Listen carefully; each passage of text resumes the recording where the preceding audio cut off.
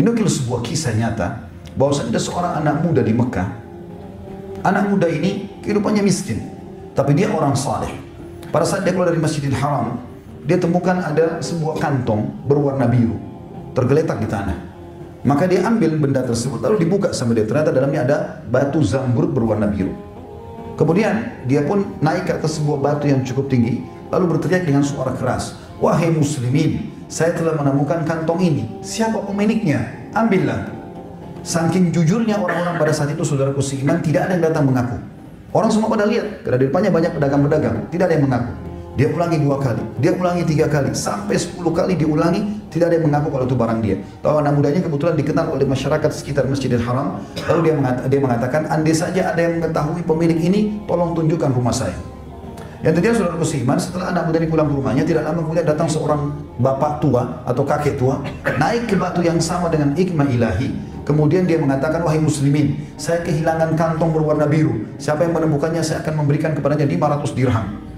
Maka ada satu pedagang datang kepada dia mengatakan, "Hai bapak tua, tadi sebelum anda naik ke batu ini, di batu yang sama ada seorang anak muda yang kami kenal saleh memiliki benda itu. Rumahnya di sana, pergilah ke sana." Ringkas cerita, orang tua ini pun pergi ke rumah tersebut, mengucapkan salam lalu menanyakan tentang benda tersebut. Anak muda ini juga teliti menanyakan seperti apa bentuknya, warnanya. Setelah dipastikan memang sama, diberikanlah kepada si kakek tua tadi.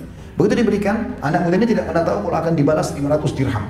Maka dia pun tiba-tiba dikasih kantong uang dirham tersebut. Kata dia, "Apa ini?" Kata si kakek tadi, "Ini adalah balasan yang sudah saya niatkan karena Allah. Saya ingin memberikan kepada orang yang menemukan permata ini karena permata ini sangat mahal bagi saya, punya nilai." Maka anak muda tersebut, "Demi Allah, saya tidak niat mengembalikannya untuk menerima balasan. Ambillah." Kakek ini mengatakan, "Ambillah." Terus saja mereka saling menolak sampai akhirnya kakek ini mengalah. Dan akhirnya dia mengambil termasuk uang tersebut dan diambil batu tersebut, kemudian dia pergi. Anak muda ini menceritakan kisahnya. Dia bilang, setelah berjalan beberapa hari tentang kasus penemuan batu itu, saya makin sulit hidupnya, susah sekali. Saya merasa saya harus keluar dari Mekah untuk mencari rezeki di tempat lain.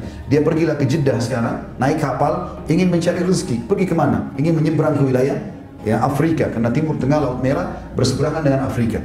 Di tengah lautan dia bilang, tiba-tiba kapal kami dihantam oleh ombak yang besar, hancur, semuanya tenggelam. Saya berhasil selamat karena saya berada di atas sebuah papan, potongan papan kayu kapal tersebut. Lalu kemudian terdamparlah saya di sebuah pulau yang saya tidak tahu pulau itu punya siapa atau siapa penghuninya. Dia bilang, ringkas cerita, saya masuk dan saya temukan ada sebuah masjid, dan masjid itu saya lihat sudah lama tidak dirawat. Saya pun membersihkannya, kemudian mulai saya lihat waktu subuh masuk di pagi hari. Maka dia bilang, saya azan. Begitu saya azan, mulailah masyarakat sekitar datang, kemudian ikut sholat bersama-sama. Waktu selesai sholat, mereka menanyakan tentang keadaanku. Lalu aku pun menceritakan tentang keadaanku sebenarnya.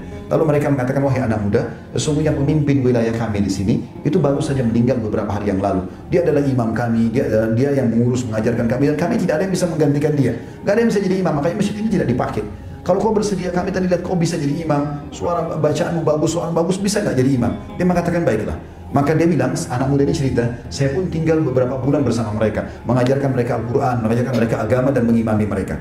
Gak lama kemudian, masyarakat setempat datang lalu mengatakan, 'Wahai anak muda, kami ingin kau menikah dengan salah satu anak wanita terbaik di wilayah kami ini.' Awalnya dia menolak, tapi karena masyarakat mendesak terus, akhirnya dia meyakini, akhirnya dia menerima. Kemudian didatangkanlah anak perempuan tersebut menggunakan cadar, pas duduk depannya dibuka cadarnya dengan penuh kecantikan wanita tersebut, tapi anak muda ini justru tidak tertarik melihat wajahnya si wanita tadi. Kenapa? Karena ternyata di leher anak wanita ini ada kalung dan di situ tergantung batu permata sama dengan yang dia temukan di Mekah sekitar beberapa bulan yang lalu. Maka anak muda ini terus melihat batu permata itu. Lalu orang-orang sekitarnya mengatakan, "Wahai anak muda, kau telah zalimi wanita ini. Kami datang untuk kau lihat wajahnya, bukan kau lihat perhiasannya." Maka dia mulai menceritakan, dia mengatakan, "Saya mohon maaf, saya punya kisah dengan batu ini dan saya yakin itu. Berapa bulan lalu di Mekah ada seorang kakek tua begini diceritakan semua sampai selesai." Maka pada saat selesai, tiba-tiba satu masjid bertakbir semuanya. Lalu anak muda mengatakan, "Kenapa kalian bertakbir?" Kata mereka, "Apakah kau tidak tahu siapa kakek tua itu?" Maka anak muda mengatakan, "Saya tidak tahu." Kata mereka, "Itu adalah ayahnya anak perempuan ini. Dan dia pemimpin kami yang kami ceritakan meninggal dan tidak lagi ada yang menggantikannya. Dia waktu pulang dari Mekah menceritakan kisahnya bersama kami. Dan pada sebelum dia meninggal beberapa hari yang lalu, dia sempat mengatakan, 'Ya Allah, aku tidak pernah menemukan laki-laki sejujur yang di Mekah itu, jadikan dia sebagai jodoh anakku.' Dan kuasa Allah Subhanahu wa Ta'ala, karena ketakwaannya dan meninggalkan yang haram, Allah jadikan dia mendapatkan permata itu." Dia cerita. Dia bilang, "Karena saya kembalikan karena Allah, maka saya menikah dengan perempuan tersebut. Jadi permata itu milik saya sama istri saya. Setelah berjalan pada waktu, kami dikaruniai 2 orang anak. Berjalan sekian tahun istri saya mati, maka jadilah permata tersebut warisan untuk saya dan kedua anak saya. Berjalan waktu dengan hikmah Allah, kedua anak saya meninggal, maka tertinggallah saya bersama dengan permata itu. Saudaraku seiman, kisah-kisah seperti ini terlalu banyak di dalam histori kaum muslimin. Bagaimana orang meninggalkan sesuatu yang haram, Allah ganti dengan sesuatu yang lebih baik. Kemaksiatan sekali lagi hanya akan membuat jiwa itu gundah, ya, hati itu kelam, muka itu gelap. Tapi ketaatan kepada Allah SWT akan mendatangkan kebaikan. Jangan pernah ragu, selama haram tinggalkan. Ingat hadis pertama dari khutbah saya sampaikan, man taraka syai'an lillah abdalahu khairan min. Siapa yang meninggalkan untuk karena Allah, Allah akan gantikan sesuatu yang lebih baik.